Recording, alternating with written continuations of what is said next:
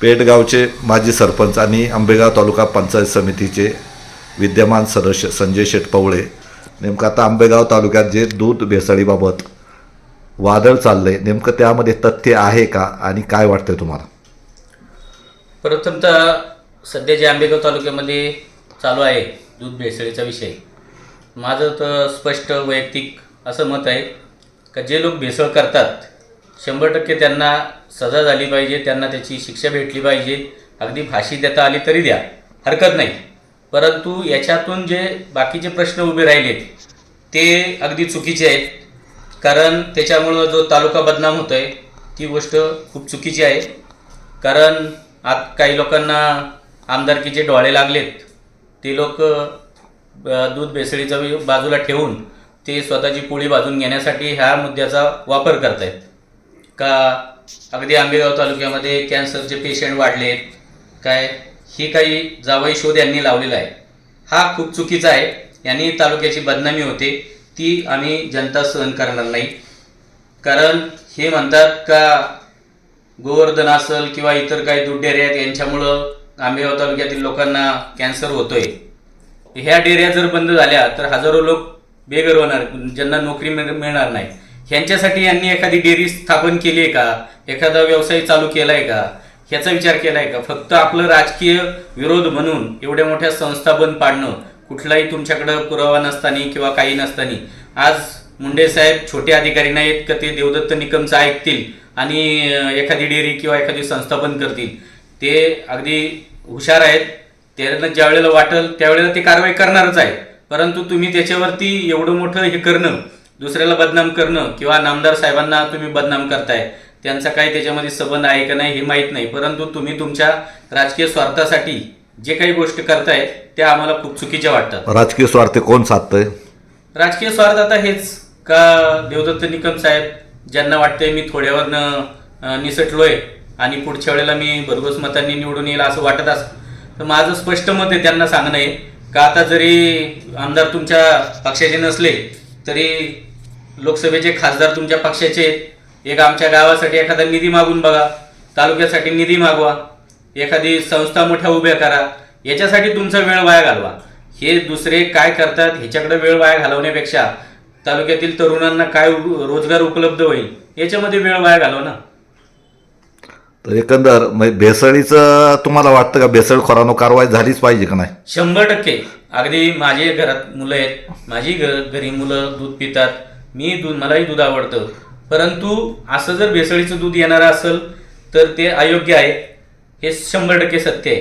परंतु म्हणजे जे घडते ते बाजूला ठेवून काय दुसरा त्याचा गैरफायदा घेणं हे चुकीचं आहे. कारण आज आमच्या तालुक्याची बदनामी केली जाते, उद्या आंबेगाव तालुक्यामध्ये सगळ्यात जास्त कॅन्सरग्रस्त आहेत, हा यांनी शोध लावलाय. मग उद्या आमच्या मुलांची लग्न व्हायची आहेत, मग त्या लोक विचार करणार आहेत का आंबेगाव तालुक्यामध्ये सगळे कॅन्सरग्रस्त आहेत, मग ह्याचा उद्या आमच्या भविष्यावरती, मुलांच्या भविष्यावरती परिणाम होणार आहे.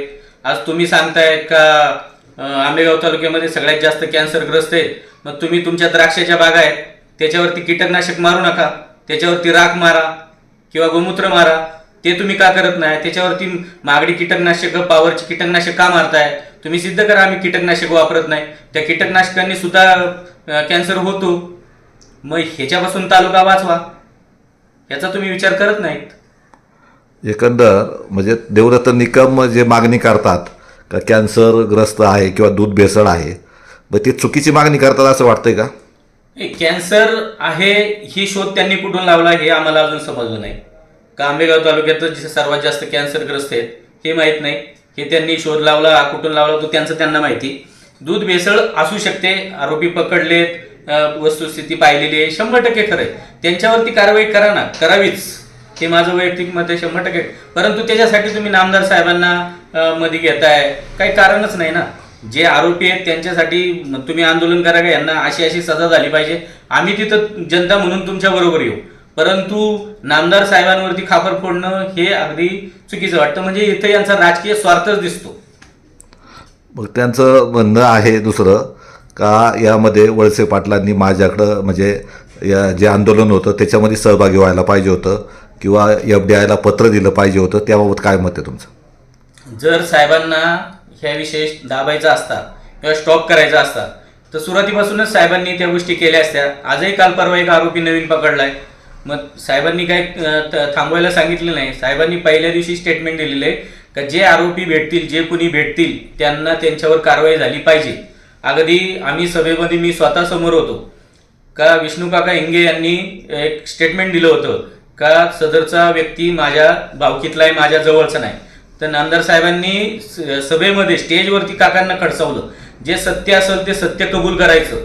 तो मुलगा तुमच्या भावाचा मुलगा आहे, तुम्ही असं खोटं का बोलले, इथून पुढे मी हे सहन करणार नाही अशी नामदार साहेबांनी विष्णू काकांना तंबी दिलेली. त्यामुळं आम्हाला 100% खात्री आहे, कारण आम्ही सुद्धा राजकारणातून साहेबांच्या जवळ आहे. साहेब चुकीच्या गोष्टीला कधीच सहकार्य करत नाहीत. त्यामुळं साहेब त्यांना कधी पाठीशी घालणार नाही. परंतु ह्यांना त्यांच्यावरती आरोप करायचे सोडून ह्यांना आमदारकीची स्वप्न पडतायत. त्यामुळे हे लोक फक्त साहेबांना टार्गेट करतायत, ज्यांचा काही संबंध नाही.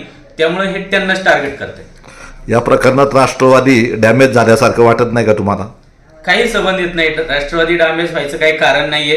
काका एक राष्ट्रवादीचे अध्यक्ष आहेत, ते जर आरोपी असतील तर तुकाराम मुंढे साहेब एवढे छोटे अधिकारी नाहीत का ते कुणाच्या दबावाखाली येऊन विष्णू काकांवरती कारवाई करणार नाहीत किंवा आणखीन कोणत्या मोठ्या व्यक्तीवरती कारवाई करणार नाहीत.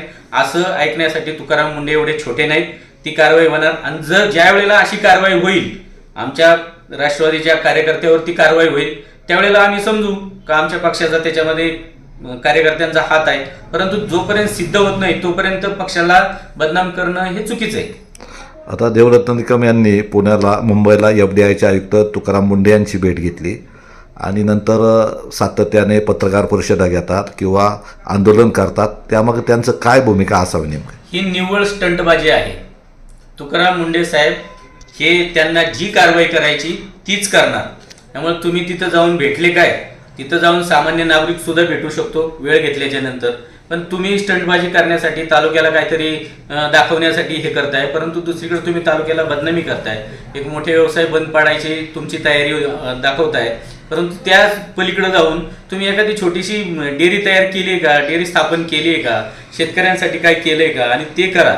आज जो माणूस एखाद्याची पाईपलाईन अडवतो काय आणि त्या माणसाने एवढ्या मोठी हे करायची, कळवळा दाखवायचा, ह्याला काही अर्थ नाही. ही निव्वळ स्टंटबाजीच समजली जाते.